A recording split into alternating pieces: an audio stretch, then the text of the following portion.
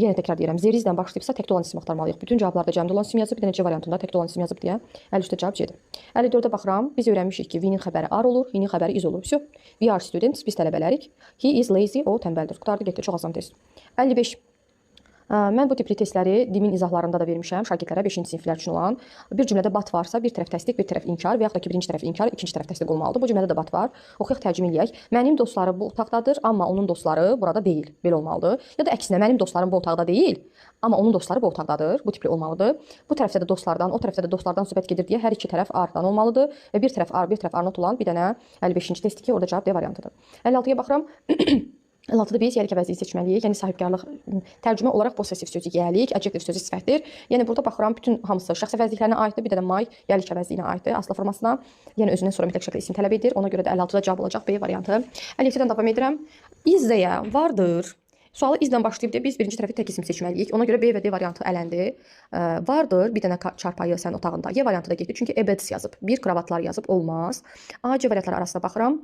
Deməli, vardır, bir dənə çarpayı sənin otağında. Xeyr, yoxdur. There is not deyirsə, təbii ki, burada da tək isim olmalıdır. Hər ikisi tək isim olan C variantıdır. Ebed. Çünki izdən verirsə, biz tək isimlərə baxmalıyıq. Bütün variantlarda cəm isim var. Bir dənə C variantında hər iki tərəf tək isimdir. Ona görə 57-də cavab olacaq C variantı. 58-ci testə davam edirəm. There is vardır, kitab stolun üstündə.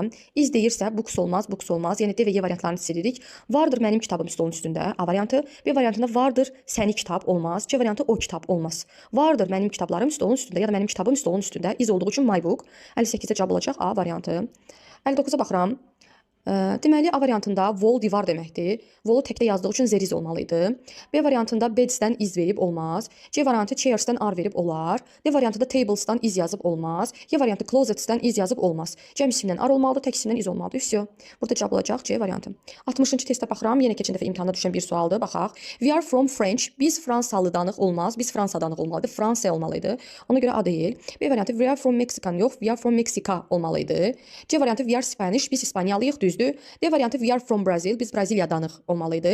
Ya da we are Brazilian olmalıydı. Y variantında we are from English olmaz. We are from England olmalıydı. Biz İngiltərədənik. Ya da we are English. Biz ingilislik olmalıydı. 60 tipli testləri mən keçən dəfə həm uzun izah eləmişəm, həm bir bütün ölkələri yazıb izah eləmişəm, həm də ki bir testlərdə də izah eləmişəm. Ümidvaram ki, heç kəs bu dəfə səhv yazmayıb. Əgər bu video hələ də sizi çaşdırırsa bu tipli testlər, şortlarıma baxın. Orada mən bu haqda ətraflı məlumatlar paylaşmışam. Oradan baxıb öyrənə bilərsiniz. Bugünkü izahımız bu qədər. Hələlik.